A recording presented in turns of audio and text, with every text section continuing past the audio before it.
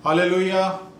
खुदावंद यीशु मसीह में आप सबकी सलामती हो। मेरा नाम पास्टर हेनरी नीलम है। मेरा ताल्लुक servants of God apostolic church Dubai से है और मैं खुदा का शुक्र अदा करता हूं कि आज आप सब हमारे साथ शामिल थे और हमारे दरमियान हमारे चर्च के पास्टर वर्शिप पास्टर नदीम सुबह थे, जिन्होंने थोड़ी देर पहले वर्शिप हमारे साथ की।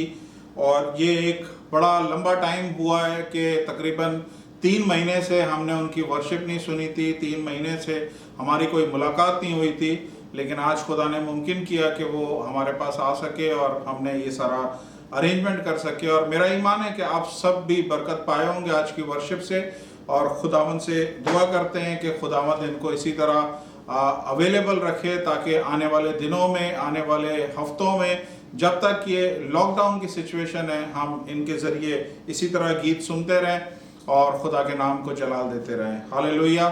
आप लोग यकीनन खुदा के कलाम के लिए तैयार हैं। मैं आज आपके साथ, आपको पता है कि मैं क्या कलाम शेयर करने वाला हूं। मैंने ऑलरेडी मीडिया पे सारी चीज़ें डाली हुई हैं। आज के कलाम का टाइटल है गॉड्स कलरफुल प्लान।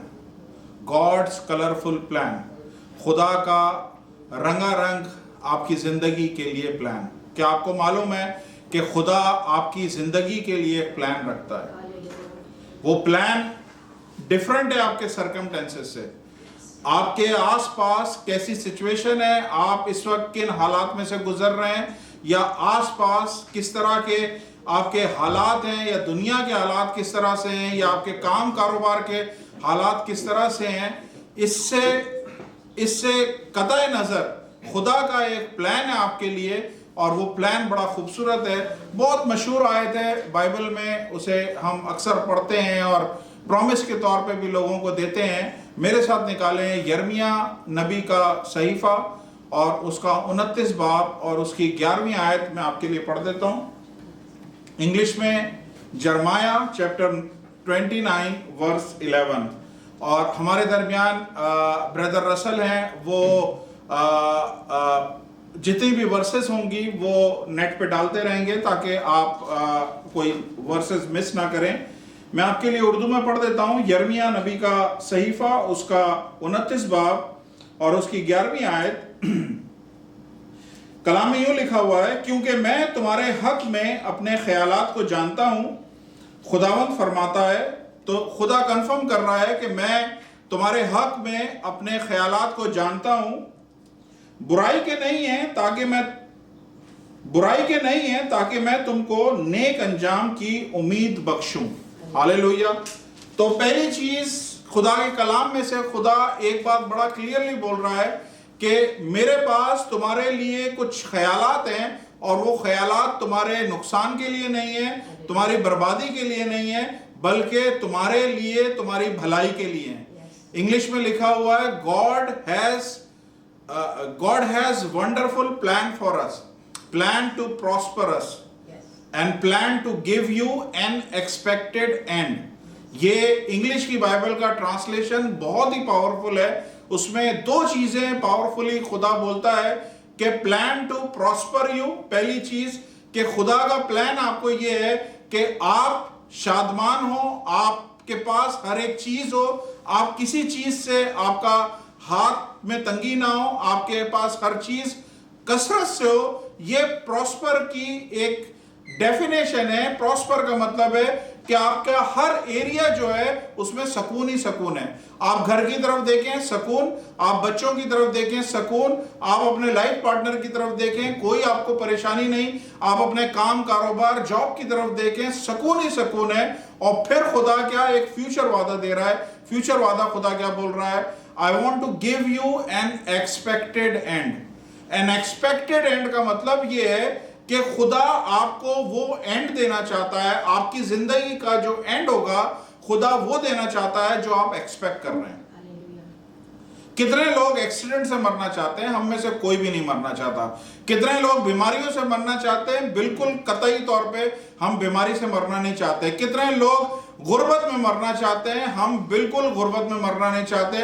कितने लोग अपने बीवी बच्चों से अलग होना चाहते हैं या उनसे जुदाई लेके मरना चाहते हैं, हरगिज कोई भी इस तरह नहीं चाहता। तो हमारा जो एक्सपेक्टेड एंड है, जो हम अपने जिंदगी का आखिर देखना चाहते हैं, वो कतई तौर पे ऐसा नहीं देखना चाहते, बल्कि हम चाहते हैं कि जब हमारी जिंदगी का एंड हो तो हम एक मीरास छोड़ के जाएं, ना सिर्फ अपने बच्चों के लिए, बच्चों के बच्चों के लिए, बल्कि हम मीरास अपने सोसाइटी के लिए छोड़ के जाएं, दुनिया में एक नाम छोड़ के जाएं। ये हमारा एक एक्सपेक्टेशन है कि हम इस तरह का टाइम चाहते हैं कि जब हमारी आंखें बंद हो तो हम ये सब कुछ छोड़ के जाएं। और खुदा यहां पे क्या प्रॉमिस कर रहा है? खुदा का कलरफुल प्रॉमिस ये है कि वो आपको वो एंड देना चाहता है जैसा आप चाहते हो। मैं समझता हूं कि हमें इस चीज के लिए खुदा का शुक्र अदा करना चाहिए कि हम ऐसे खुदा को मानते हैं, ऐसे खुदा की पूजा करते हैं जिसका प्लान आपके खिलाफ नहीं है, जिसके इरादे आपके खिलाफ नहीं है, जो आपकी बर्बादी नहीं चाहता बल्कि आपको खुशहाल देखना चाहता है, आपकी खुशी में वो खुश होता है। कौन सा बाप है जो अपने बच्चों को दुख में देख के वो खुश होगा? मैं और आप, जब हम जमीनी बाप होके, जिनमें हमें बहुत सारे, हमारे में कमजोरियां हैं, बहुत सारे हमारे में चीजें ऐसी हैं जो हम खुदा के साथ मिला नहीं सकते अपने आप को, लेकिन हम जमीनी बाप होके हम अपने बच्चों के लिए अच्छा सोचते हैं, तो क्यों नहीं हमारा आसमानी बाप हमारे लिए अच्छा सोचेगा? हमारा जो हम सोचना चाहते हैं अपने बच्चों के लिए, वो उससे बढ़कर हमारे लिए सोचना चाहता है। बाइबल में लिखा है, कौन सा बाप है उसका बच्चा उससे रोटी मांगे तो वो उसे सांप दे? तो कोई भी ऐसा दुनिया में बाप नहीं है जिससे उसकी औलाद कुछ मांगे और वो बदले में कुछ दे। तो हमारा आसमानी बाप, जिसको हम खुदा बोलते हैं, खुदा बाप बोलते हैं, वो भी हमसे प्यार करता है और हमें अच्छी चीजें देना चाहता है।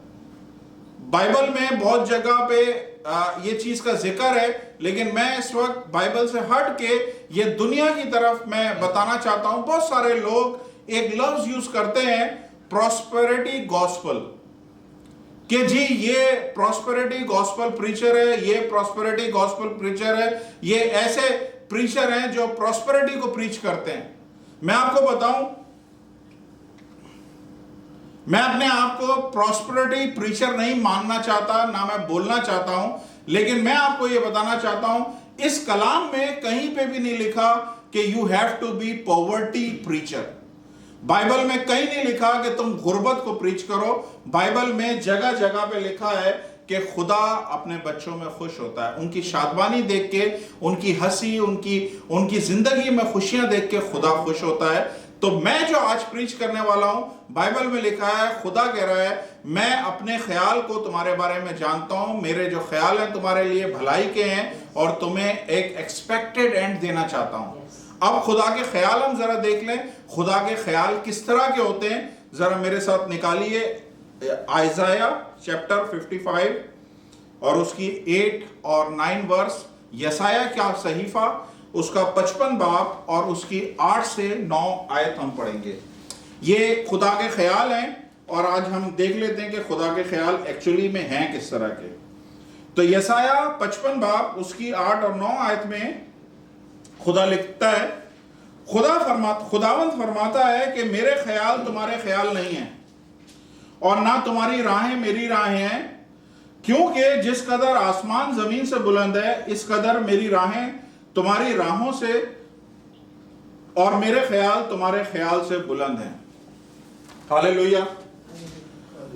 खुदा आपको बोलता है यिर्मयाह की मार्फत कि मेरे पास तुम्हारे लिए कुछ ख्याल हैं, ख्याल ऐसे हैं जो तुम्हें खुशहाल देखना चाहते हैं, तुम्हारी भलाई के लिए हैं और तुम्हें एक्सपेक्टेड एंड देना चाहते हैं। और यसाया की मार्फत खुदा अपने ख्याल को बताता है और बड़ा क्लियरली वो इस ख्याल को मेरे और आपके और इस दुनिया के सारे लोगों के साथ बिल्कुल तौर पे अलग कर देता है और बोलता है कि जो मेरे ख्याल हैं वो तुम्हारे ख्याल नहीं है। इसका मतलब ये है कि मैं और आप कितना भी कुछ कर लें, हम खुदा की तरह सोच नहीं सकते।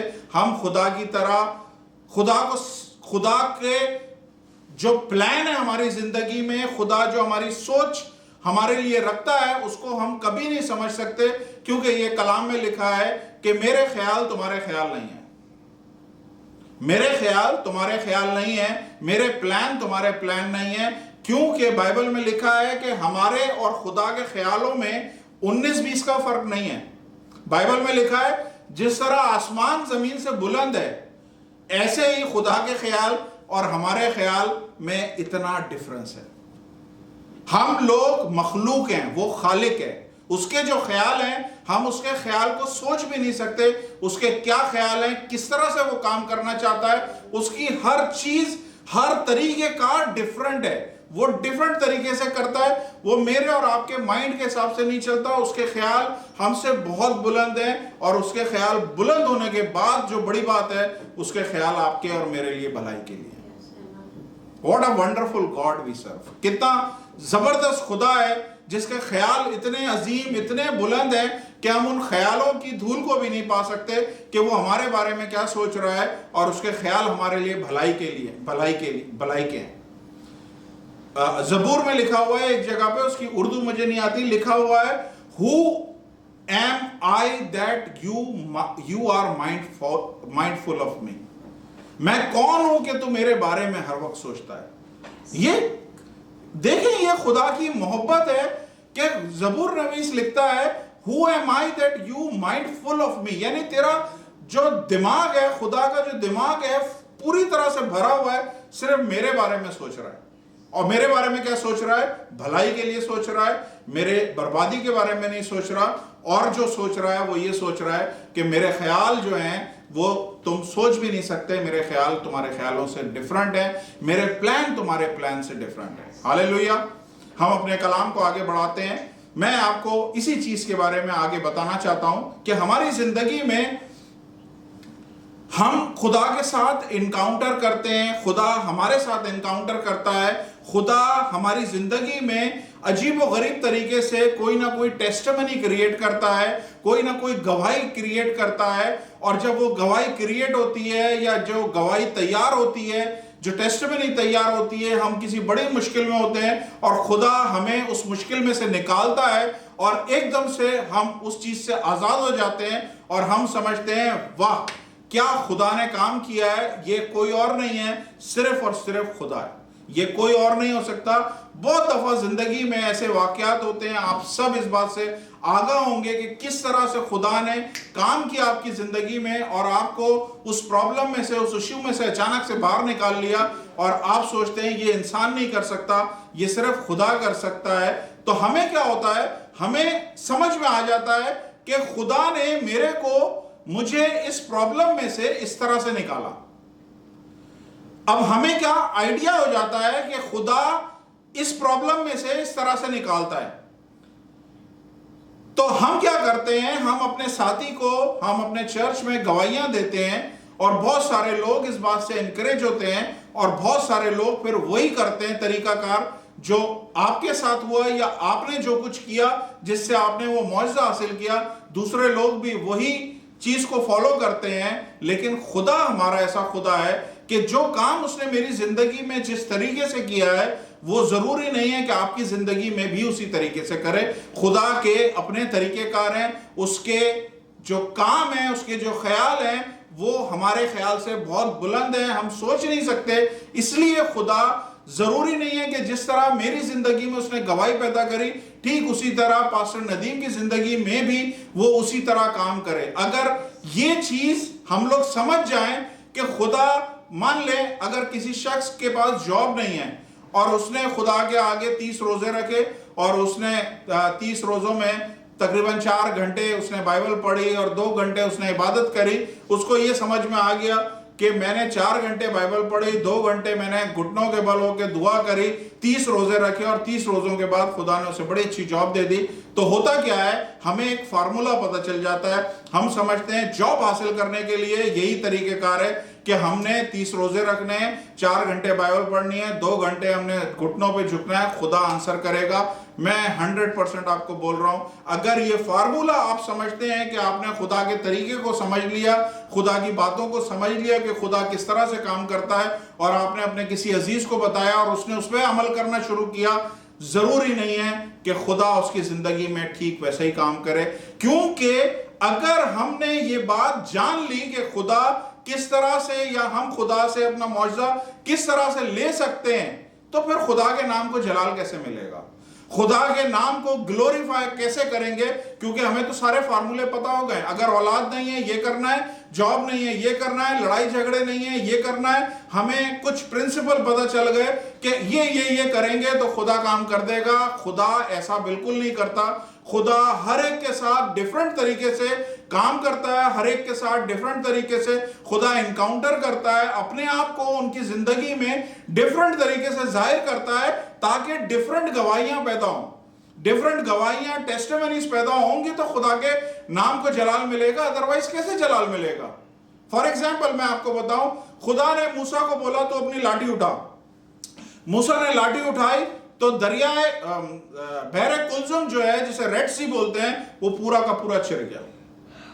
लेकिन सेम फार्मूला जोशुआ के लिए खुदा ने नहीं बोला। खुदा ने जोशुआ को नहीं बोला तू अब लाठी उठा तो दरियाए यरदन तेरे लिए चीर दूंगा।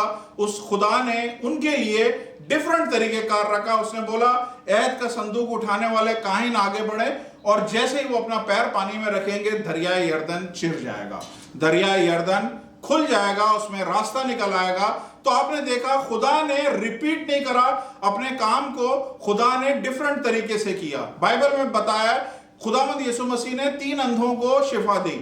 एक अंधे को जब शिफा दी तो खुदावंद यीशु मसीह ने बोला तेरे ईमान ने तुझे शिफा दी है। यानी उसने अपनी शिफा अपने ईमान के सबब से पाई, क्योंकि उसने यीशु को पुकारा, ए यीशु इब्ने दाऊद मुझ पर रहम कर, और फाइनली उसको उसकी आंखें मिल गई। लेकिन दूसरा अंधा जब आया तो खुदावंद ने वो चीज रिपीट नहीं करी, खुदावंद ने उसकी आंखों पे थूक दिया। तीसरा जब अंधा आया तो खुदा ने फिर रिपीट नहीं किया, खुदा ने इस दफा जमीन पे थूका और मट्टी मिलाई उस थूक में और उसके आंख पे खुदा ने लगा दिया। तो खुदा ने अपने तरीकेकार हर दफा डिफरेंट रखे हैं, ताकि मैं इसकी कॉपी ना करूं, मैं उसकी कॉपी ना करूं, हम एक दूसरे की कॉपी ना करें, बल्कि हम पर्सनल एक्सपीरियंस खुदा के साथ खुद हासिल करें कि खुदा हमारी जिंदगी में, हमारे हालात में किस तरह से हमारी जिंदगी में काम करता है। एक कोढ़ी आया खुदा के पास, पहला कोढ़ी जब आया खुदा ने उसको हाथ लगाया और उसे चंगाई दे दी। लेकिन उसके बाद 10 कोढ़ी आया, खुदा ने हाथ नहीं लगाया। खुदा ने बोला तुम वापसी जाओ अपने रास्ते और अपने आप को काहिन को दिखाओ, और जैसे वो वापसी गए वैसे वैसे एक एक करके वो ठीक होते चले गए। तो खुदा का तरीकेकार हर दफा डिफरेंट है, खुदा डिफरेंट तरीके से काम करता है। जब आप देखेंगे खुदा ने मुर्दों को जिंदा किया, हर दफा डिफरेंट तरीके से किया। कोई एक फार्मूला खुदा ने दिए ही नहीं है, ताकि मैं और आप फार्मूलों को पूछना शुरू ना कर दें, ताकि मैं और आप अपनी अकल लड़ाना ना शुरू कर दें, हम ये क्लेम करना ना शुरू कर दें हमने खुदा को जान लिया। जिस तरह खुदा ने पतरस को बुलाया, पौलुस को उस तरह नहीं बुलाया। उस तरह उसने इंद्रियास को नहीं बुलाया, उस तरह उसने मत्ती को नहीं बुलाया।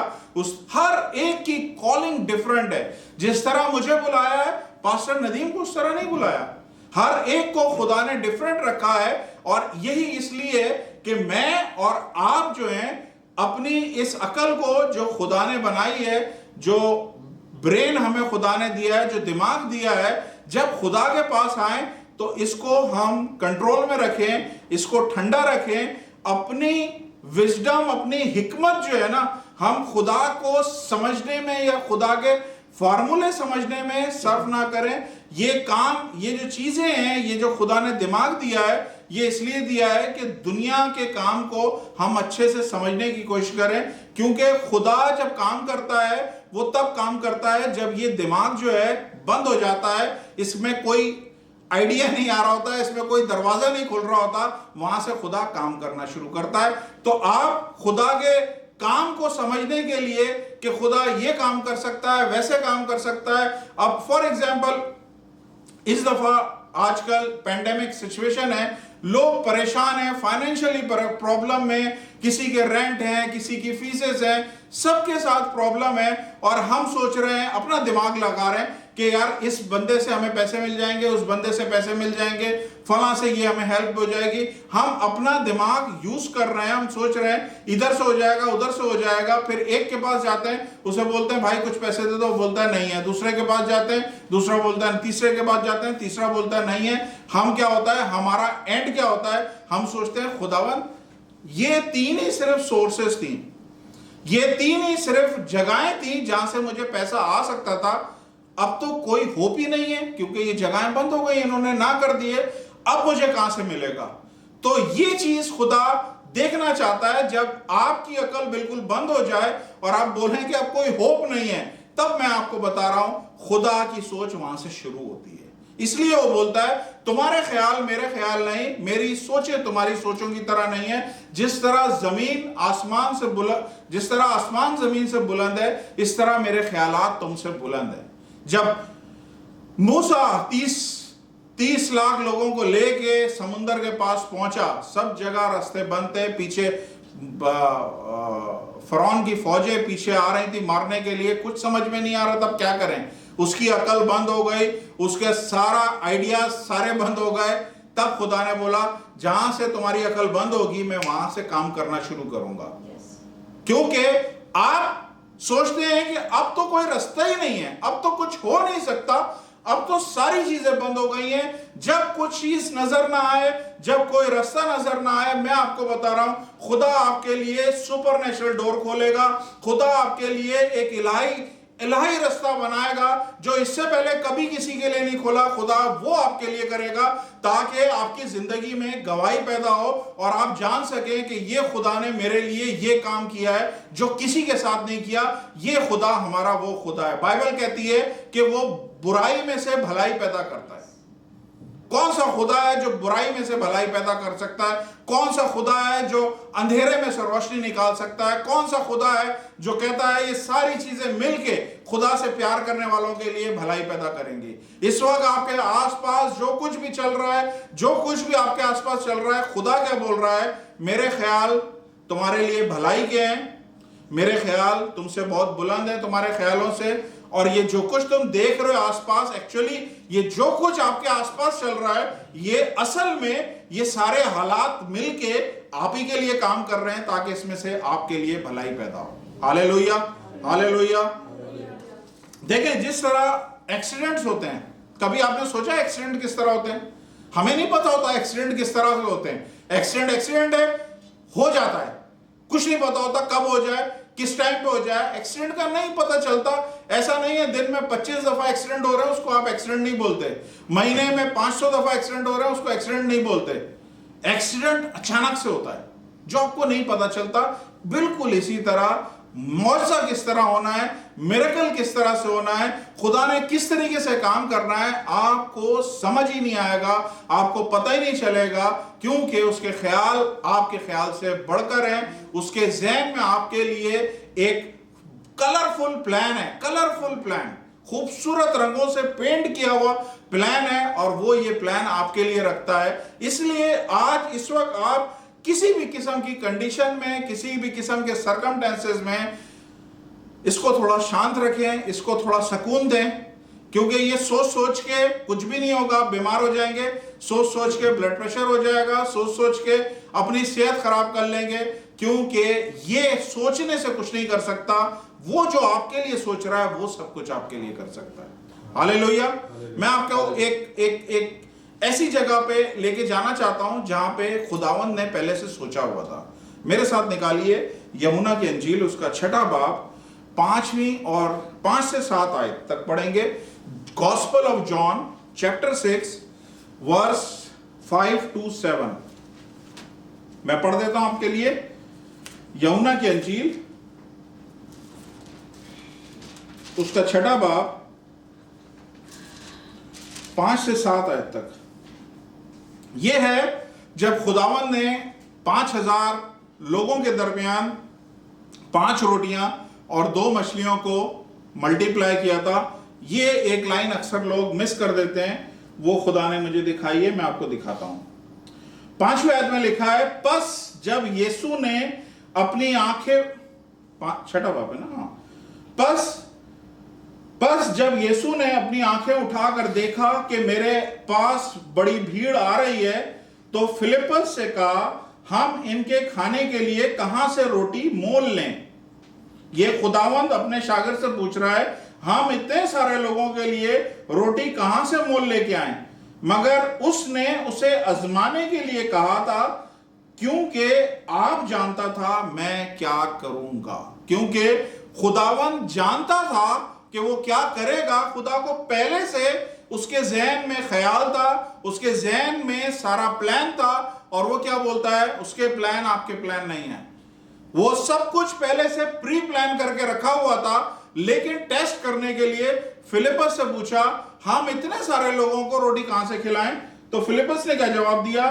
फिलिपस ने जवाब दिया, 200 दिनार की रोटियां इनके लिए काफी ना होंगी कि हर एक को थोड़ी सी मिल जाए। अब फिलिपस जो था, मुझे नहीं पता, हो सकता है कि वो अकाउंटेंट टाइप का कोई आदमी हो सकता है पढ़ा लिखा शख्स हो जो अपना दिमाग ज्यादा चलाता हो और खुदा के काम पे कम बिलीव करता हो। बहुत सारे हमारे मसीह लोग इसी तरह हैं कि बहुत सारी चीजों को वो अपने हिसाब से हैंडल करना चाहते हैं और खुदा की कुदरत पे या खुदा की पावर पे कम बिलीव करते हैं। तो फिलिपस ने फौरन अपनी कैलकुलेशन शुरू कर दी। फिलिपस ने सारा हिसाब किताब लगाया। उसने बोला 5000 मर्द हैं, इनकी बीवियां भी हैं, इनके बच्चे भी हैं, सब मिला के तकरीबन 15000 के करीब लोग हैं, और इतने लोगों को खाना देना, हमारे पास शायद 200 दिनार हैं, और ये इन पैसों का अगर खाना भी लेंगे तो हर एक के हिस्से में थोड़ा थोड़ा आएगा और शायद ना मिले। हालेलुया। ये फिलिपस क्या कर रहा था? ये अपने माइंड को चला रहा था, जबकि ये शख्स खुदावंद यीशु मसीह के साथ उठता बैठता खाता पीता, उसके साथ उसकी सारी तालीम को लेता हुआ और मौजों को देखता हुआ वो अब तक आया था, और अभी तक उसका दिमाग पूरी तरह से यीशु पे ट्रस्ट नहीं कर रहा था, बल्कि इस बात पे सोच रहा था कि हम इनको, खुदा ने बोला कहां से खाना खिलाएंगे, तो इनके लिए तो 200 दिनार भी अगर हम खर्चा करेंगे तो हम इनको पूरा नहीं कर सकते। बाइबल बताती है खुदावंद यीशु मसीह ने पहले से सोचा हुआ था कि उसने क्या करना है। ये वही वाकया है जिसमें खुदावंद यीशु मसीह ने उस लड़के की 5 रोटियां ली और 2 मछलियां ली। खुदावंद यीशु मसीह ने उसे बरकत दी और वो बढ़ने लगी, मल्टीप्लाई होने लगी। और क्या हुआ कि जितने लोग वहां पे थे, बाइबल बताती है, आगे आप पूरा पढ़ लीजिएगा, बाइबल बताती है कि उन लोगों ने सबने शेर होके खाया और बचे हुए टुकड़ों से 12 टोकरे उठाए गए। इसका मतलब यह है कि खुदा ने जो प्लान पहले से सोचा हुआ था, वो प्लान नहीं था जो फिलिपस ने सोचा था। फिलिपस ने सोचा था हम खर्चा भी करेंगे और सिर्फ थोड़ा थोड़ा लोगों को पेश करेंगे, लेकिन खुदा ने क्या सोचा हुआ था कि मैं इनको शेयर करना चाहता हूं। इंग्लिश की बाइबल में लिखा है अंटिल दे फिल का मतलब है कंप्लीटली भर गए खा खा के फिल होने का मतलब ये है, शेयर होने का मतलब ये है कि आप उन्हें एक और निवाला अगर देना चाहें, वो बोले नहीं हमारे में अब और जगह नहीं है। This is the meaning of filling. ये मतलब है भर शेयर होने का। खुदा ने उनको वहां तक शेयर किया जहां वो एक और निवाला लेने के भी उनमें हिम्मत नहीं थी कि और खा सकें। This is what my God can do in your life. ये खुदा का प्लान है मेरी और आपकी जिंदगी में, मेरे और आपके खानदान के लिए। इसलिए आप परेशान होना छोड़ दें, आप सोचना छोड़ दें, अपनी कैलकुलेशन करना छोड़ दें कि ये करूंगा मैं, वो करूंगा। आज खुदा का कलाम क्या बोल रहा है? उसने बोला कि वो आप जानता था कि उसने क्या करना है। यही खुदा आप जानता है कि इसने आप सबकी जिंदगी में क्या क्या करना है। उसने सारी चीजें प्लान करके रखी हुई हैं, उसने सारी चीजें अरेंज करके रखी हुई हैं, क्योंकि वो आप जानता है कि उसने आपके लिए क्या करना है। और कलाम में हमने क्या पढ़ा है? उसके ख्याल हमारे लिए भलाई के हैं, और उसके ख्याल कौन से हैं? हमारे ख्यालों से बहुत बड़े। हम सोच भी नहीं सकते, हम उन तक पहुंच भी नहीं सकते। वहां से वो ख्याल शुरू होते हैं, और वो खुदा क्या बोल रहा है कि वो आप जानता है कि आपके बारे में वो क्या सोच रहा है। उसने सोच के रखा हुआ है। परेशान नहीं हो अपने बच्चों के लिए, परेशान नहीं हो उनके स्कूल के लिए, परेशान नहीं हो उनके एजुकेशन के लिए, परेशान नहीं हो अपने हस्बैंड के लिए, परेशान नहीं हो अपनी बीवी के लिए, परेशान नहीं हो अपने रिश्तेदारों के लिए, सास ससुर के लिए, अपने माँ बाप की बीमारी को लेके आप कतई तौर पे परेशान नहीं हो, क्योंकि ये सारी चीजें ऑलरेडी वो सोच के बैठा हुआ है कि उसने क्या करना है। इसलिए वो बोलता है कि जब मेरे पास आओ अपने सारे बोझ लेके आओ और मेरे पास अपने बोझ रखो और मेरे पास से एक हल्का सा जुआ उठाओ, वो लेके जाओ, वो हल्का और मुलायम है। हम लोग सारा वेट, सारा बर्डन हम अपने ऊपर ले लेते हैं और इसी बर्डन की वजह से बहुत सारे लोग क्या होते हैं, डिप्रेशन में चले जाते हैं, बीमार हो जाते हैं, हार्ट पेशेंट हो जाते हैं, ब्लड प्रेशर के पेशेंट हो जाते हैं, शुगर के पेशेंट हो जाते हैं। खुदा आप सोच के रखा है उसने आपके लिए क्या प्लान करके रखा है। हालेलुया, ये मेरा और आपका खुदा है। याद रखें, एक चिड़िया भी उसकी मर्जी के बगैर जमीन पे नहीं गिरती। क्या पावरफुल खुदा है। आज मैं दोपहर को अखरोट खा रहा था। अखरोट आपको पता है कितने सख्त होते हैं, कितने स्ट्रांग होते हैं।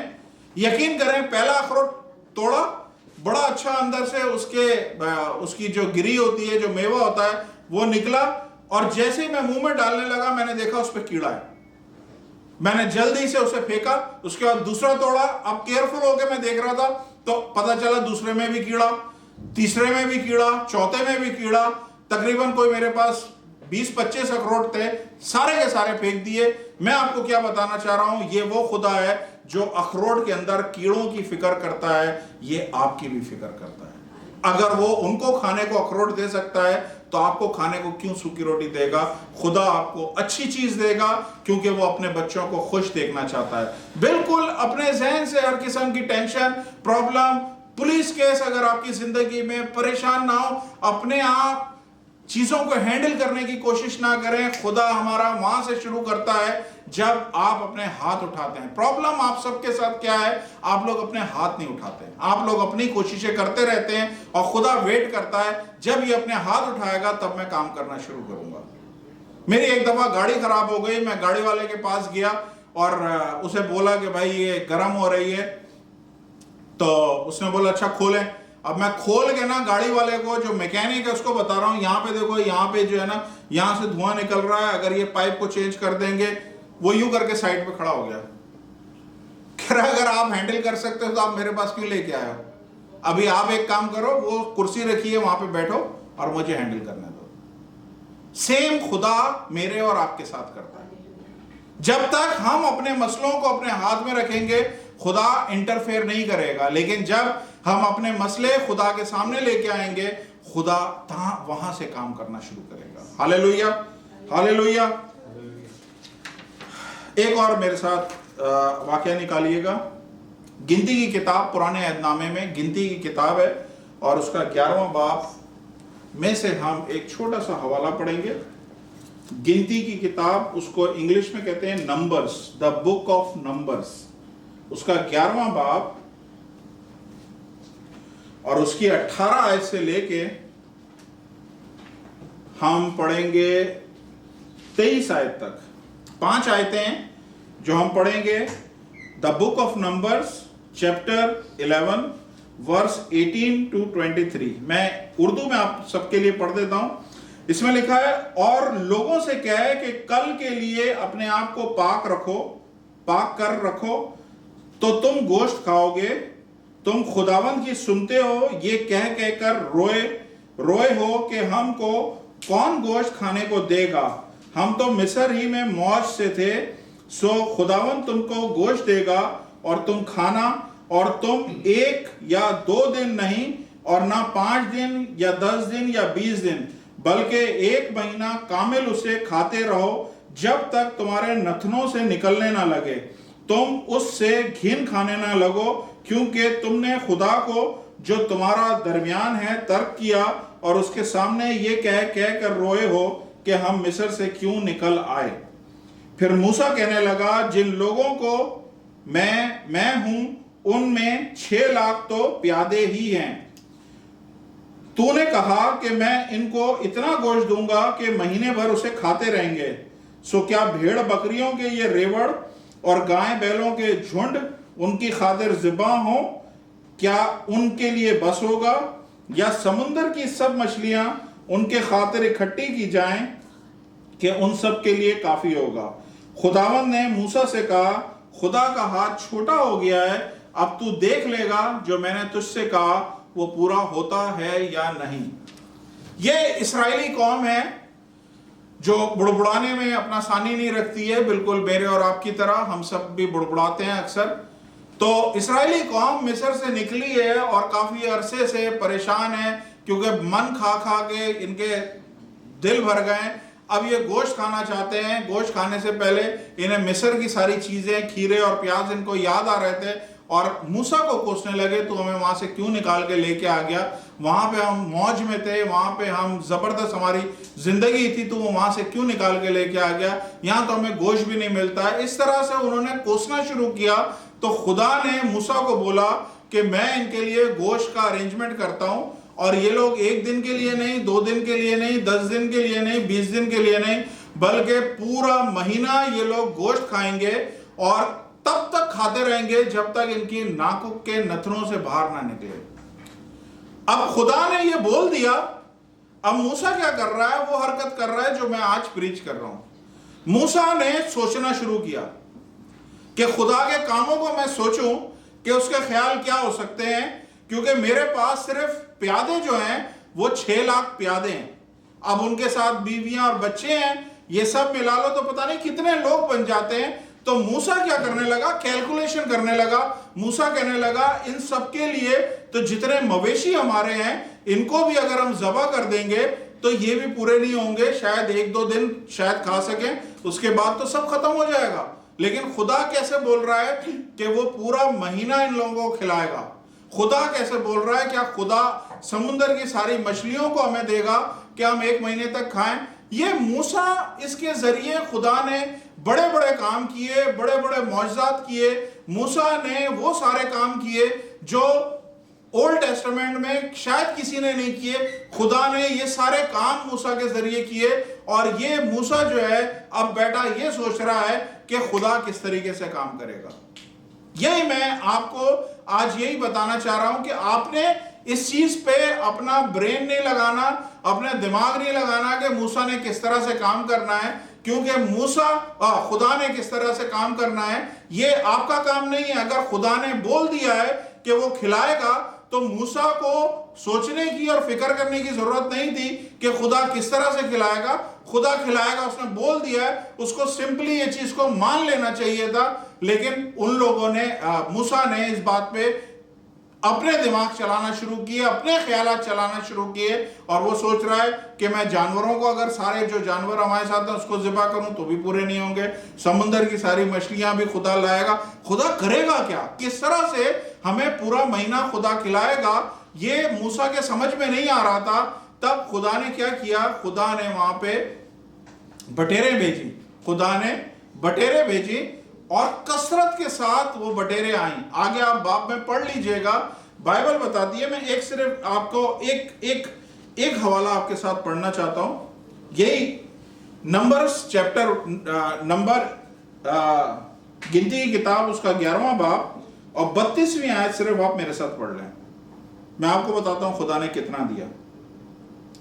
बाइबल में लिखा है 32वीं आयत में, यानी 11:32 बुक ऑफ नंबर, और लोगों ने उठकर उस सारे दिन और उस सारी रात और उसके दूसरे दिन भी बटेरें जमा करी, और जिसने कम से कम जमा की उसके पास 10 गोमर के बराबर जमा हो गई, और उन्होंने अपने लश्करगाह के चारों तरफ उनको फैला दिया। खुदा ने उनके लिए बटेरें भेजी, और इतनी बटेरें कि मूसा को तो ख्याल ही नहीं था। मूसा आइडिया लगा रहा था कि शायद जानवरों को ज़िबा करना होगा या मछलियां लेके आएंगे। लेकिन खुदा क्या बोल रहा है? मेरी सोच तुम्हारी सोच नहीं है, मेरे ख्याल तुम्हारे ख्याल नहीं है, मेरे ख्याल उतने ही बुलंद हैं जितना ज़मीन से आसमान बुलंद है।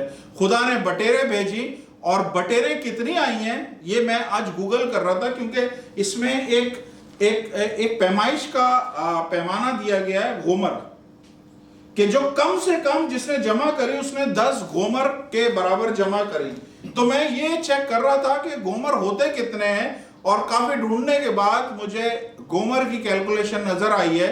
तो जो कम से कम शख्स जिसने 10 गोमर के बराबर बटेरे जमा करी हैं, उसने एक शख्स कम से कम जो है उसने 1900 बटेरें जमा करी हैं। और 1900 बटेरों का जो गोश्त होता है या वजन जो है वो है 215 किलो। कितना? 215 किलो 1900 बटेरों का वजन है। ये कम से कम शख्स ने जमा करी है 215 किलो। मैं आपको बताऊं, मैं अपने घर में, हम लोग 7 लोग हैं और सारे अब तकरीबन जितने बड़े खाना खाते हैं मेरे बच्चे, अब उतना ही प्लेट में अमाउंट का खाना खाते हैं, सब बराबर का खाते हैं। मैं पूरे महीने के लिए 10 किलो गोश्त लेके आता हूं और वो पूरे महीने हमारा चलता है। हर एक शख्स के पास, बाइबल क्या बता रही है, 215 किलो बटेरें थी। तो जो खुदा ने मूसा को बोल दिया था कि इनके खा खा के जब तक नाकों से नहीं निकलेगा, नतरों से नहीं निकलेगा, तब तक मैं इनको मुहैया करता रहूंगा। ये खुदा का प्लान है। आप सोचते हो थोड़ा, खुदा सोचता है अबंडेंट। ये this is the colourful plan. आपकी सोच वहां तक नहीं जा सकती जितना खुदा मुहैया करना चाहता है। हालेलुया। खुदा ने मूसा को बोला, तू क्या समझता है मेरा हाथ छोटा है? मेरा हाथ छोटा नहीं है। और यही मैं आज आपको बोल रहा हूं, खुदा का हाथ छोटा नहीं है। खुदा के हाथ को छोटा नहीं समझें। इस वक्त जो भी हालात है, पेंडेमिक सिचुएशन है, फैमिलीज बहुत परेशान है, घबराई हुई हैं, कुछ लोग सुसाइड कर रहे हैं, कुछ लोग हालात से तंग होके खुदकुशियां कर रहे हैं, आत्महत्या कर रहे हैं। सब लोगों के साथ प्रॉब्लम है, लेकिन मैं आपको बता रहा हूं, खुदा का हाथ छोटा नहीं है।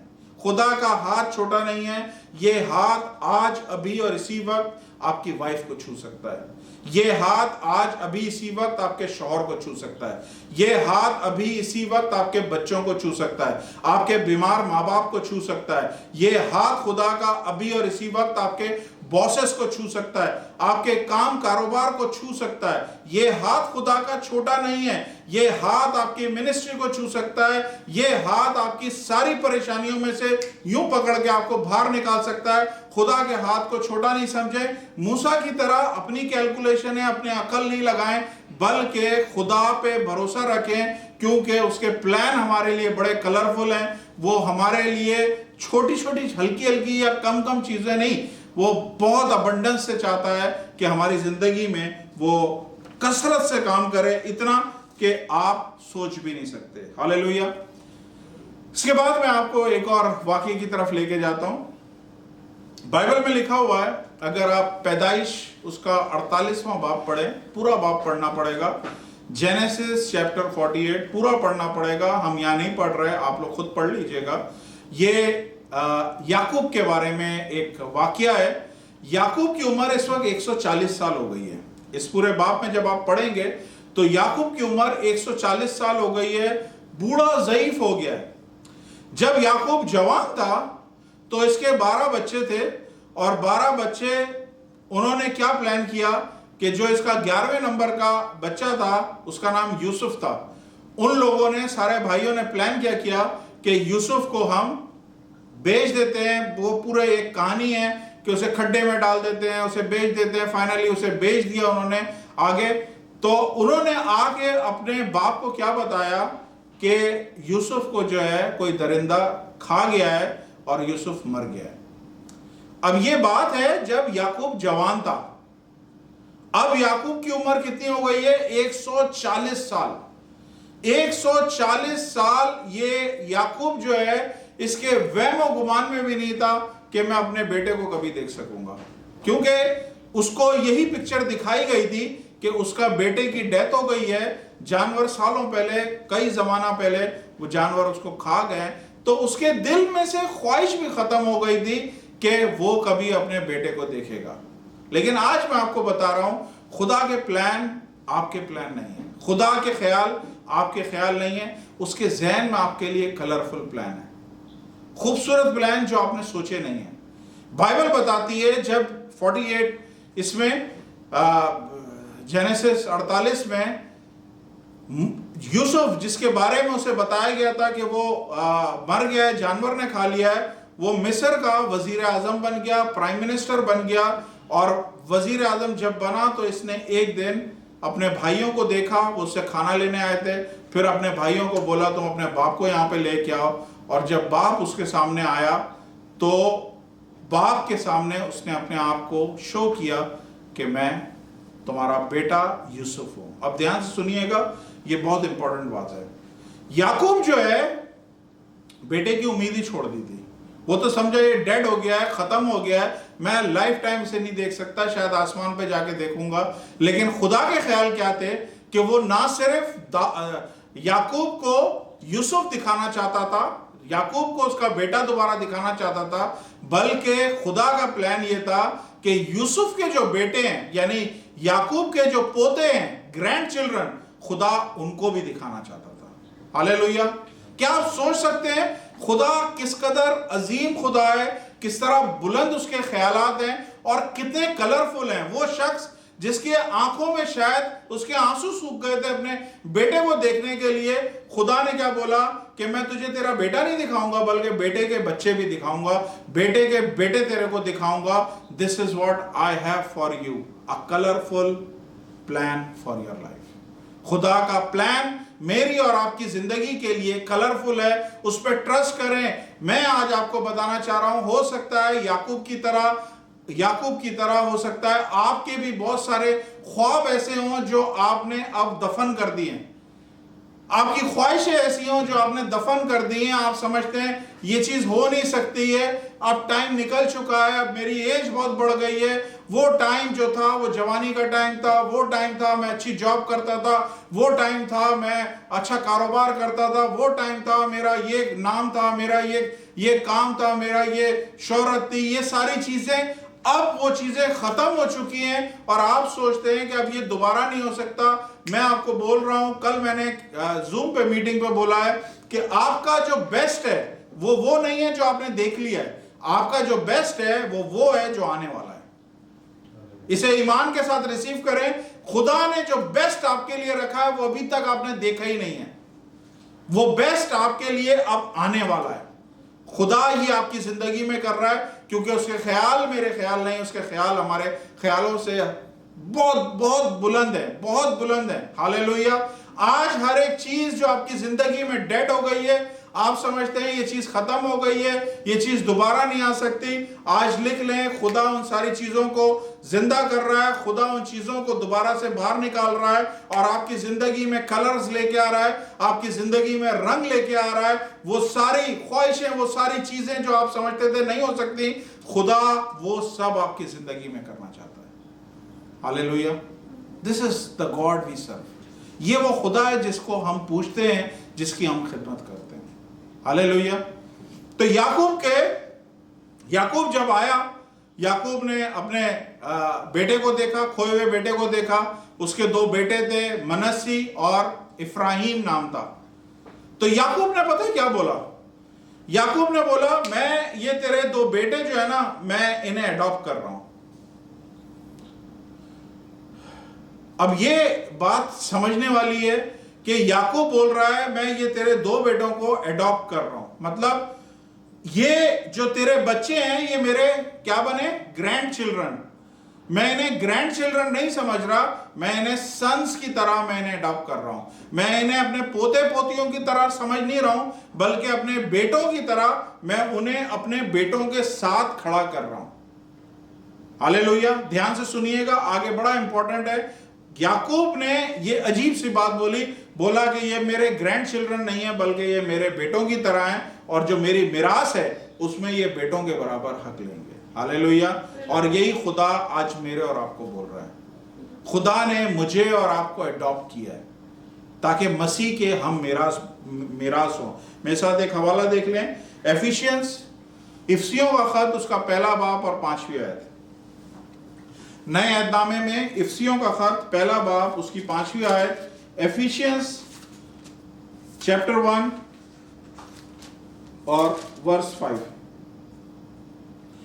लिखा हुआ है, और उसने अपनी मर्जी के नेक इरादे के मुआफिक हमें अपने लिए पेशतर से मुकर्रर किया है कि यीशु मसीह के वसीले से हम उसके ले पाले बेटे हों।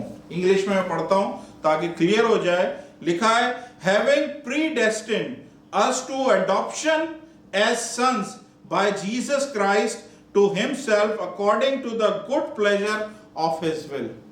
खुदा ने जैसे याकूब ने उनको अडॉप्ट किया, ग्रैंड चिल्ड्रन की तरह नहीं, पोते पोतियों की तरह नहीं, बल्कि उन्हें अपने बेटों की तरह उसने अडॉप्ट किया। आज यही खुदा आपको एडॉप्ट करना चाहता है ताकि आप मसीह के हम मिरास बने, सिर्फ यीशु मसीह की वजह से।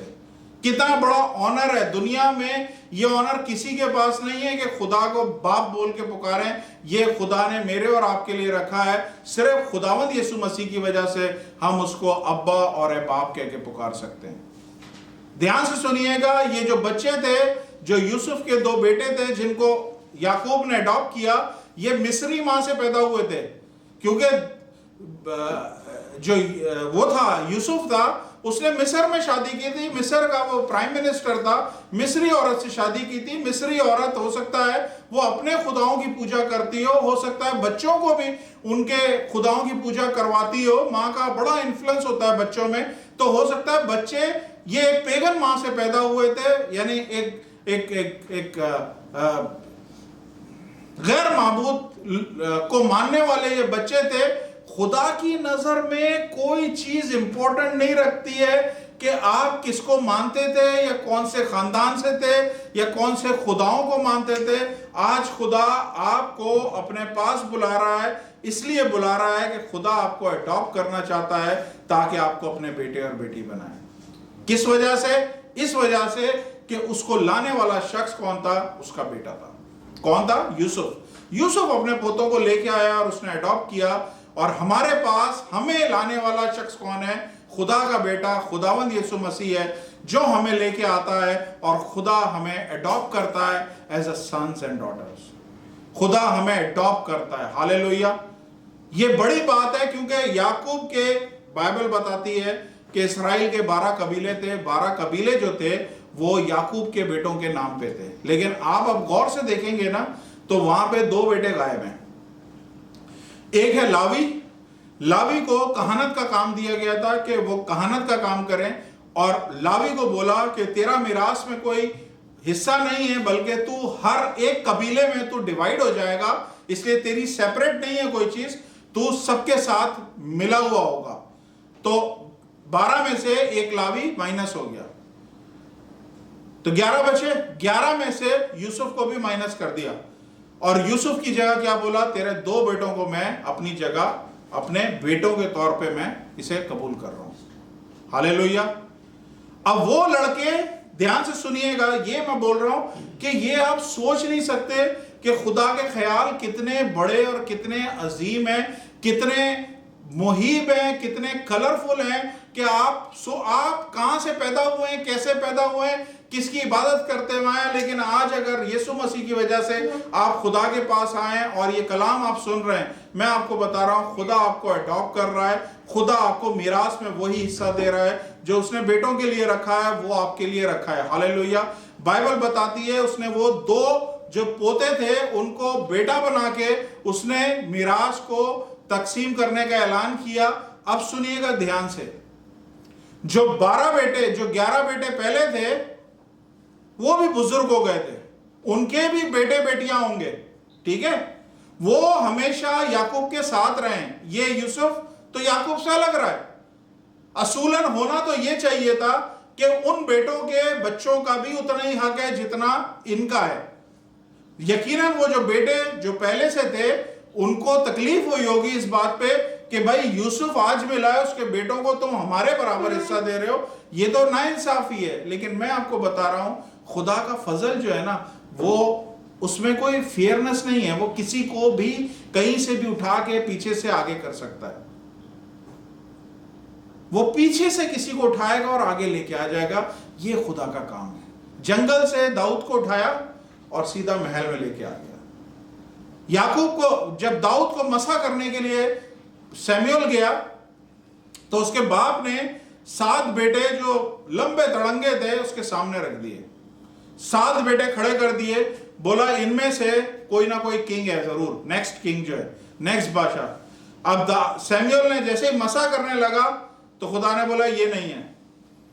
दूसरे को करा ये भी नहीं है, तीसरे को करा ये भी नहीं है, चौथे को करा ये भी नहीं है, पांचवें को करा ये भी नहीं है, छठे को करा ये भी नहीं है, सातवें को करा ये भी नहीं है, फिर कौन है? तो सैमुएल ने पूछा भाई तेरा कोई और भी बेटा है? उसने बोला हाँ एक बेटा है जो जंगल में बकरियां चरा रहा है। सैमुएल ने बोला उसको बुलाओ क्योंकि खुदा ने उसको मुकर्रर किया है। मैं आपको बता रहा हूं ये खुदा का फजल है ये खुदा का फजल है कि आपके आगे भले लाइन में 7 लोग लगे हों, लेकिन खुदा पीछे से आपको बुलाएगा और जो आपको ब्लेस करना चाहता है वो आपको ब्लेस करेगा। आपकी ब्लेसिंग आपके आगे 7 मुस्तहिक लोग जो बहुत ही डिजर्विंग होंगे, जो बहुत ही क्वालिफाइड होंगे, वो खुदा उनमें से पीछे से आपको लेके आएगा और आपको वो ब्लेसिंग देगा। आज हो सकता है जिस कंपनी में आप काम करते हैं, आपके ख्याल में आप इस प्रमोशन के हकदार नहीं हैं, आप में उतनी तालीम और काबिलियत नहीं है, आप में उतना तजर्बा नहीं है, लेकिन खुदा आज रात क्या कर रहा है, जिस तरह खुदा ने इनके बेटों को पीछे से आगे लेके आया, जिस तरह दाऊद को पीछे से निकाल के आगे लेके आया, खुदा आज रात आप सबकी जिंदगी में कर रहा है। पीछे से उठा के खुदाबंद आगे लेके आ रहा है। गो आपके आगे आपसे बड़े ओहदों पे कुछ पोजीशन वाले लोग बैठे हैं, क्वालिफाइड लोग बैठे हैं, लेकिन खुदा सबको बाईपास करके आपको वो प्रमोशन देना चाहता है। ये खुदा आज रात कर रहा है आपके लिए। आप बोलोगे नहीं ये ऐसा कैसे हो सकता है, ये तो बाइबल। आप बिलीव करें और ईमान से रिसीव करें, खुदा ये सब करेगा और आने वाले दिनों में आप ही लोग गवाहियां दोगे कि पास्टर साहब आपने ऐसा बोला था, एग्जैक्टली ऐसा ही हुआ है। मैं आपको बताता हूं, पाकिस्तान इंडिया में आज से कोई 30 साल पहले की बात है, जब बिजली के बिल जमा कराने आते थे, लंबी लंबी लाइनें लगी होती थी, गर्मी में खड़े हुए, लाइनों में खड़े हुए, और लेकिन खिड़की पे जो अंदर काउंटर पे बंदा बैठा होता था, वो दूर से अगर देखता था उसका कोई जानने वाला पीछे लाइन में खड़ा है ना, तो वो उसको इशारा दे के पीछे से आगे बुला लेता था और बोलता था तू अपना बिल दे दे, और वो शख्स खुशी खुशी आता था क्योंकि उसका रिश्तेदार है, जानने वाला है, उसका बिल भरता था और वो चले आता था। हम लोग लाइन में खड़े हुए। ऐसा खुदा आपके साथ करने वाला है। लोग लाइन में खड़े रहेंगे, मुस्तहिक डिजर्विंग होंगे, लेकिन खुदा पीछे से लेके आएगा और आपको ब्लेस करेगा। Hallelujah, hallelujah. बाइबल बताती है कि खुदा ने, याकूब ने क्या किया, याकूब ने तो पहले ये काम किया कि उनको बराबर का हक दिया। अब थोड़ा सा अनजस्टिफाइड है, कुछ बराबर का नहीं लगता, लेकिन याकूब याकूब है, उसने दिया, इस तरह से करा, और यही खुदा आप सबके लिए करना चाहता है। दूसरा उसने क्या किया, उसने बोला तू अपने बेटों को मेरे पास लेके आ, दोनों को। और यूसुफ अपने दोनों बेटों को लेके आया। मनासी जो था वो बड़ा बेटा था और छोटा बेटा उसका नाम क्या था, इफ्राहिम। तो इस्राएल में क्या है, जो बड़ा बेटा है उसका डबल पोर्शन होता है, उसका दुगना हिस्सा होता है। तो यूसुफ ने क्या किया, अपने बड़े बेटे को याकूब के दाएं हाथ की तरफ रखा ताकि वो दाहिना हाथ उसके ऊपर रख के ब्लेस करे, और छोटे बेटे को बाएं हाथ पे रखा ताकि बायां हाथ उसके ऊपर रखे और उसको ब्लेस करे। लेकिन याकूब ने क्या किया, याकूब ने यूं हाथ कर लिए, दायां हाथ उसने उठा के छोटे पे रख दिया और बायां हाथ उसने बड़े पे रख दिया। हालेलुया। तो यूसुफ ने बोला नहीं बाबा जी, ये जो है ये है बड़ा। उसने बोला मैं जानता हूं, लेकिन शायद खुदा उससे ये काम करवा रहा था। खुदा ने उसके हाथों को क्रॉस किया और खुदा ने उसको ब्लेस किया, जिसको डबल ब्लेसिंग नहीं थी, खुदा ने उसको ब्लेस किया। और आज मैं आपको यही बताना चाह रहा हूं, खुदा आपके लिए अपने हाथों को क्रॉस कर रहा है। आपका कोई रोल नहीं बनता, आपका कोई हक नहीं बनता उस चीज के लिए, लेकिन खुदा अपने हाथों को क्रॉस कर रहा है और आपको ब्लेस कर रहा है और दूसरे को रोक रहा है जो जायज था। यह खुदा आपके लिए आज कर रहा है। हालेलुया। दानियल नबी को बादशाह ने बुलाया, बादशाह ने बोला कि मैंने एक ख्वाब देखा है, मुझे उस ख्वाब भी बताओ, उसकी ताबीर भी बताओ। हालांकि उस महल में एक से एक अक्लमंद लोग बैठे थे, एक से एक जादूगर और एक से एक हिकमत वाले लोग बैठे हुए थे, लेकिन खुदा ने क्या किया, यूं करके हाथ क्रॉस किए हुए थे। और क्या किया कि उसने एक हाथ से वो जितने बादशाह के महल में उसके जो एडवाइजर थे उन सब की अक्लों को बंद कर दिया, उनके मुंह को बंद कर दिया ताकि वो चीज ना बता सकें, और दानियाल को बोला अब तू बोल।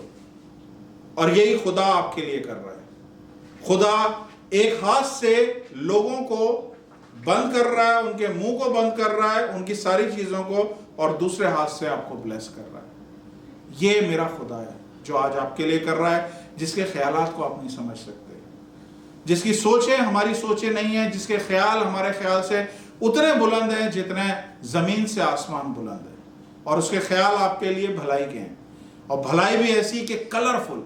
ये जितने वाकयात मैंने बताए हैं ये सारे कलरफुल हैं। इनका एंड आप देखेंगे तो बाइबल का वो आयत पूरी होती है जहां से हमने शुरू किया था कि वो आपको एक एक्सपेक्टेड एंड देना चाहता है, वो आपको वो एंड देना चाहता है जो आप सोच रहे हो, उससे बढ़कर आपको वो देना चाहता है। ये खुदा मेरा और आपका आपके लिए करना चाहता है। हालेलुया। मैं आखिरी आयत आपके लिए पढ़ के मैं बंद करने लगा हूं और फिर मैं दुआ करता हूं। मेरी आप सबसे गुजारिश है कि अगर किसी की कोई प्रेयर रिक्वेस्ट है तो काइंडली वो लिखना शुरू कर दें और बोलना शुरू कर दें। उसमें नीचे कमेंट्स में लिखना शुरू करें ताकि मैं आप लोगों के लिए दुआ कर सकूं। आखिरी आयत मेरे साथ निकालिए,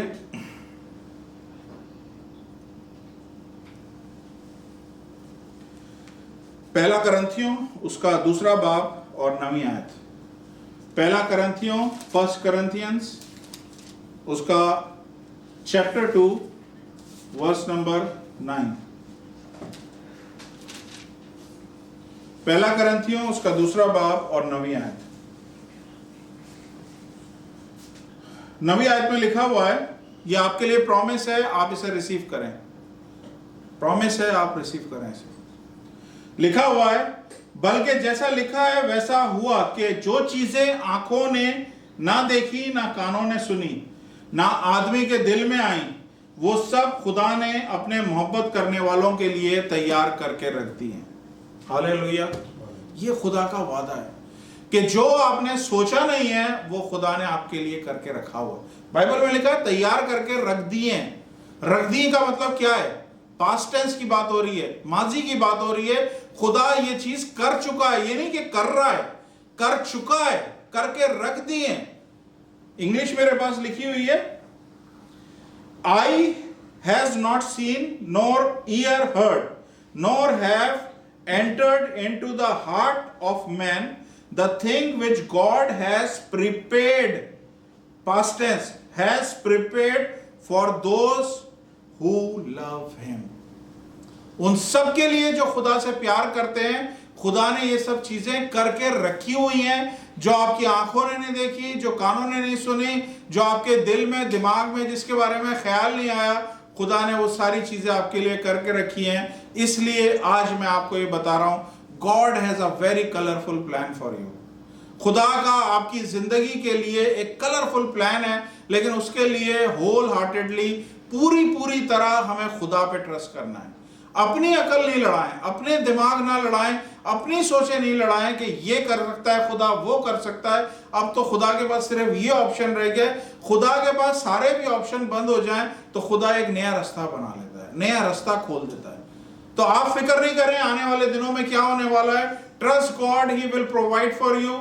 खुदा पे ईमान रखें, वो आपको मुहैया करेगा। खुदा पे ईमान रखें, वो आपको शिफा देगा। खुदा पे ईमान रखें, वो आपको रिहाई देगा। खुदा पे ईमान रखें, वो आपको बेल आउट करेगा। खुदा आपके ऊपर से सारे केसेस को खत्म करेगा। खुदा सारे कर्जों में से आपको आजाद करेगा। खुदा ये दर्दों में से, प्रॉब्लम में से आपको आजाद करेगा, क्योंकि वो आपको इस जगह पे मरने नहीं देगा। ये आपका वो एंड नहीं है जैसा आप चाहते थे, बल्कि वो एंड खुदा देगा जैसा आप चाहते हैं। हालेलुया।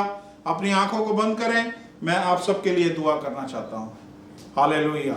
उम्मीद है कि आप लोग अपनी अपनी दरख्वास्तें दे दी होंगी, क्योंकि जो मेरे पास आ जाएंगी अब तक मैं उनके लिए दुआ करूंगा। जो रह जाएंगी फिर मैं उनके लिए रात में जब मैं बैठूंगा अपनी पर्सनल प्रेयर के लिए मैं उनके लिए दुआ करूंगा। हालेलुया। आसमानी बाप, यीशु मसीह के कुदरत वाले नाम से आपके कदमों में आता हूं और आपका शुक्र अदा करता हूं इस खूबसूरत कलाम के लिए। खुदावंद, आपके काम, आपकी सोचें, आपके प्लान, सारी चीजें खुदावंद कलरफुल हैं। उसमें कहीं पे कोई डार्कनेस नहीं है, कहीं पे कोई अंधेरा नहीं है, कहीं पे कोई कालक नहीं है। आपके प्लान अपने बच्चों को खुश करने के, उनको खुशहाल देखने के, और खुदावंद आपके प्लान हमारे प्लान नहीं है, आपकी सोचें हमारी सोचें नहीं है। हमारे दिमाग जब काम करना बंद कर देते हैं वहां से आप स्टार्ट करते हो।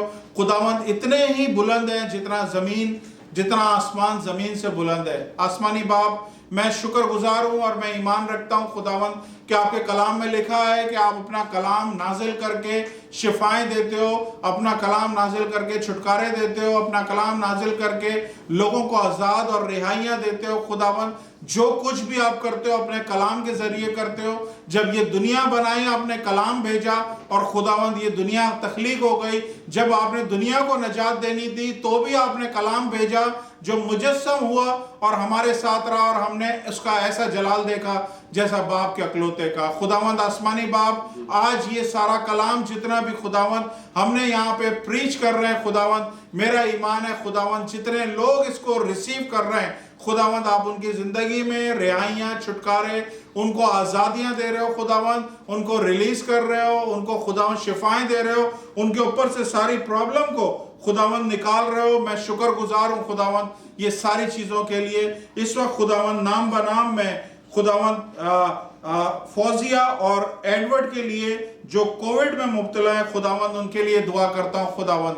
सिस्टर फौजिया के लिए, ब्रदर एडवर्ड के लिए खुदावंद जो कोविड में है खुदावंद, हम ईमान रखते हैं कि आपका लहू खुदावंद है बाप उनको शिफा देने की कुदरत रखता है। आपका वचन जो कलाम किया है खुदावंद इनके जिस्मों में गया और खुदावंद मुकम्मल तौर पे खुदावंद बैक्टीरिया, वायरस और कोरोना का जो भी इफेक्ट है यीशु के नाम से उनके जिस्म में वहीं का वहीं सूख जाए और प्रोग्रेस ना करे और ये कपल खुदावंद दोबारा से जिंदों की जमीन पे खुदावंद आपकी परस्तिश करता हुआ, आपकी हम्द व सना करता हुआ नजर आया। आसमानी बाप, मैं इनके लिए शिफा डिक्लेयर करता हूँ। हालेलुया। खुदावंद मैं सिस्टर नाजिया के लिए, उनकी मामा के शोल्डर के लिए, उनकी डायबिटीज के लिए और उनकी सारी परेशानियों के लिए जो अपने बच्चों के लिए रखती हैं, आसमानी बाप आपका पीस, आपका शालोम खुदावंद उनके लिए मांगता हूँ। यीशु मसीह नासरी खुदावंद है बाप, अपनी बेटी को खुदावंद है बाप, माँ होते हुए उसको फिक्रें हैं, माँ होते हुए खुदावंद उसका दिमाग सोचता है हर चीज़ों की तरफ, लेकिन आसमानी बाप आज खुदावंद हम आसमान पे से वो इत्मीनान मांगते हैं जो समझ से बालातर है खुदावंद है बाप। इस नाजिया की मामा को मुकम्मल तौर पे पीस और शालोम डिक्लेयर करते हैं खुदावंद। सारा शोल्डर का जो भी प्रॉब्लम है यीशु मसीह नासरी मेरा ईमान है कि आप खुदावंद रिपेयर नहीं करते हो, आप नया करते हो खुदावंद। हम जो भी प्रॉब्लम शोल्डर में हो रही है खुदावंद वो सारे ऑर्गन्स को, वो सारी नसों को, वो सारे टिश्यूज को, वो सारे मसल्स को, वो सारे गोश्त को, वो सारी हड्डियों को खुदावंद हम डिक्लेयर करते हैं get renewed in the name of Jesus. खुदावंद हम उन्हें डिक्लेयर करते हैं कि नए सिरे से पैदा हो और खुदावंद है बाप ये पेन को हम हुक्म देते हैं कि उनके जिस्म में से हमेशा के लिए निकल जाए और दोबारा अपना सर उठाने वाला ना हो। खुदावंद हम सिस्टर जैकी की मामा के लिए दुआ करते हैं। यीशु मसीह नासरी अपनी बेटी को छूइए और खुदावंद है बाप हर किस्म के खुदावंद है बाप इन्फेक्शन से, गायनाकोलॉजिस्ट इन्फेक्शन से खुदावंद अपने बच्ची को, बेटी को खुदावंद आज़ाद कीजिए यीशु के नाम से। खुदावंद है बाप हम ये शिफा का कलाम उनकी तरफ रवाना करते हैं खुदावंद। ये कलाम हर किस्म का इन्फेक्शन उनके जिस्म में से अभी ख़त्म कर रहा है, क्योंकि मेरा खुदा खुदावंद है बाप शिफा का खुदा है, मेरा खुदा खुदावंद है बाप जिंदगी का खुदा है। यीशु के नाम से अभी और इसी वक्त खुदावंद है बाप, खुदावंद है बाप आपकी बेटी मुकम्मल तौर पे रिहाई पाए, आज़ाद हो, ताकि ईमान रख सके कि खुदावंद यीशु मसीह उसको छू रहा है। हालेलुया।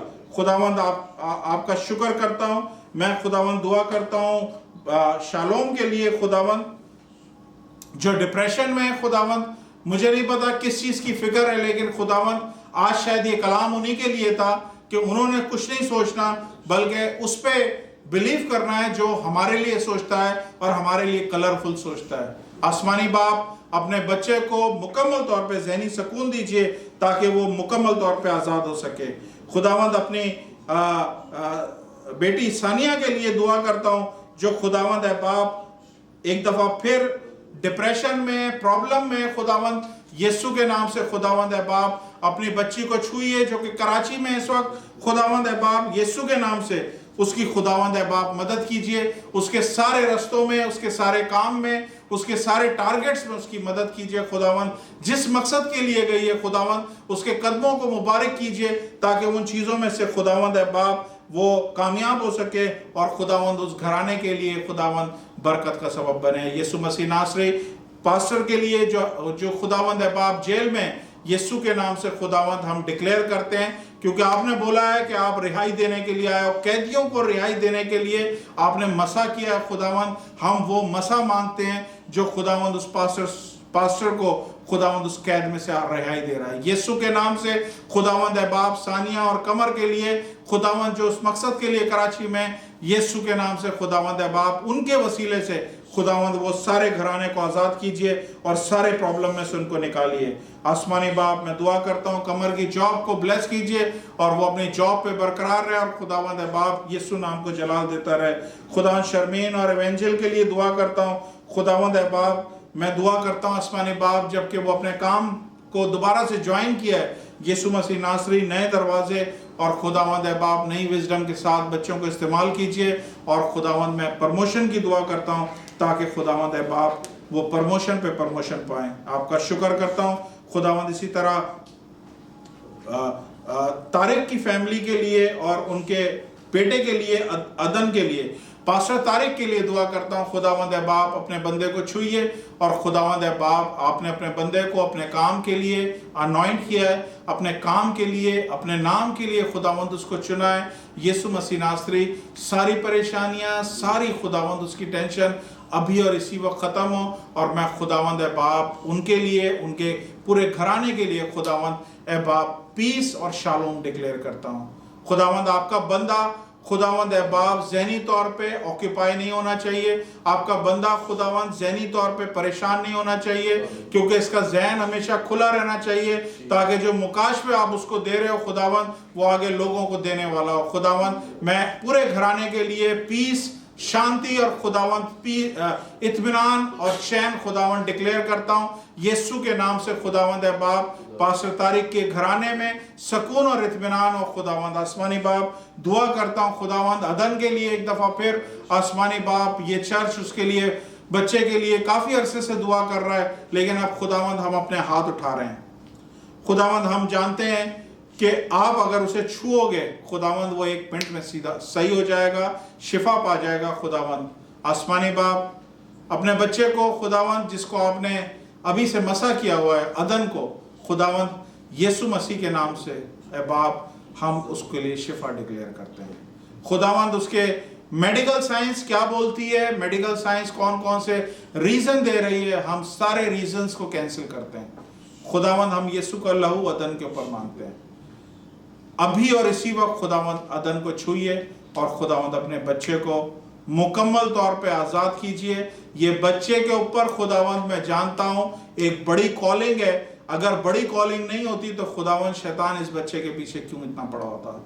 यीशु के नाम से खुदावंद है बाप पूरा चर्च मिलकर दुआ करता है Adan is healed in the name of Jesus, Adan is healed in the name of Jesus.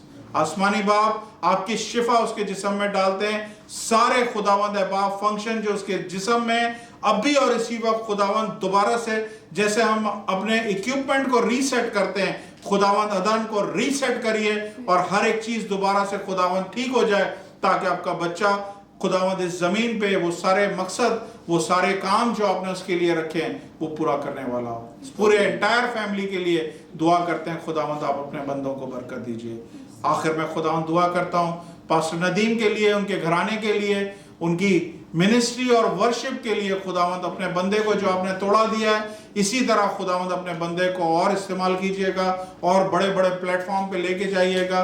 खुदावंद बाप इनके गीत दुनिया के चारों कोनों में जाएं, खुदावंद लोग ब्लेस हो। खुदावंद आसमानी बाप अपने बंदे को आपने हम्बल रखा है, इसी तरह हम्बल रखिएगा ताकि खुदावंद जब आपका बंदा झुका रहे तो यीशु इनमें उठा रहे। खुदावंद आपका मैं शुक्र करता हूँ, इनके घराने के लिए बरकत मांगता हूँ, इनकी जॉब के लिए बरकत मांगता हूँ। खुदावंद इसी तरह मैं दुआ करता हूँ भाई सुलेमान खोकर के लिए। खुदावंद आपका बंदा जो पेन के साथ इस वक्त यहाँ पे आया है, यीशु मसीह नासरी अपने बंदे को सारे पेन से आज़ाद कीजिए और खुदावंद बाप मुकम्मल कामिल शिफा मांगते हैं। खुदावंद आपके बंदे की फैमिली के लिए दुआ करते हैं आसमानी बाप, जबकि पाकिस्तान में ये चीज़ फैल रही है, खुदावंद बाप आपका लहू इनके घर के ऊपर मांगते हैं, सारे घर के परिवार के ऊपर मांगते हैं। खुदावंद बाप कोरोना उस घर पे आने वाला नहीं होगा, कोई बीमारी कोई वबा उस घर की तरफ जाने वाली नहीं होगी। यीशु के नाम से खुदावंद बाप ये पूरी फैमिली ब्लेस होगी और खुदावंद भाई सुलेमान इन हालात में जब खुदावंद है बाप सारी चीजें डिफिकल्ट हैं, खुदावंद आप भाई सुलेमान के लिए, पास्टर तारिक के लिए और जितने मेरे सुनने वाले हैं, खुदावंद आप अपने हाथों को क्रॉस कर रहे हैं। और खुदावंद वो चीज जिसके ये हकदार नहीं है, खुदावंद वो आप इनको अभी दे रहे हैं। मैं आपका शुक्र अदा करता हूँ। हालेलुया खुदावंद, आपके नाम को ग्लोरीफाई करते हैं, आपके नाम को बुलंद करते हैं। खुदावंद ये कलाम खुदावंद है बाप अपने लिए नहीं है, ये खुदावंद कलाम खुदावंद लोगों को इम्प्रेस करने के लिए नहीं है, ये खुदावंद कमेंट्स के लिए, लाइक्स के लिए नहीं है, बल्कि ये कलाम खुदावंद छुटकारे के लिए मैं भेज रहा हूँ। यीशु के नाम से जितने कानों में ये कलाम जाएगा, खुदावंद वो अपने हालात में से रिहाई पाएंगे और उनके ऊपर आपका हाथ क्रॉस रहेगा, ताकि वो चीज जो खुदावंद उनको आज से 20 साल के बाद, 50 साल के बाद मिलेगी, यूसुफ के बच्चों की तरह खुदावंद उसी टाइम पे मिलेगी जिस टाइम पे दूसरों को मिल रही है।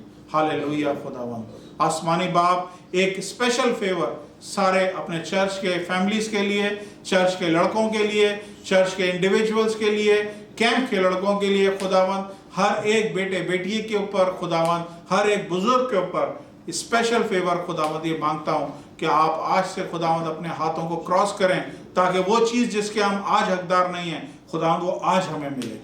हालेलुया खुदावंद, आपका शुक्र करता हूं, यीशु के कुदरत वाले नाम से मांगता हूं, आमीन आमीन।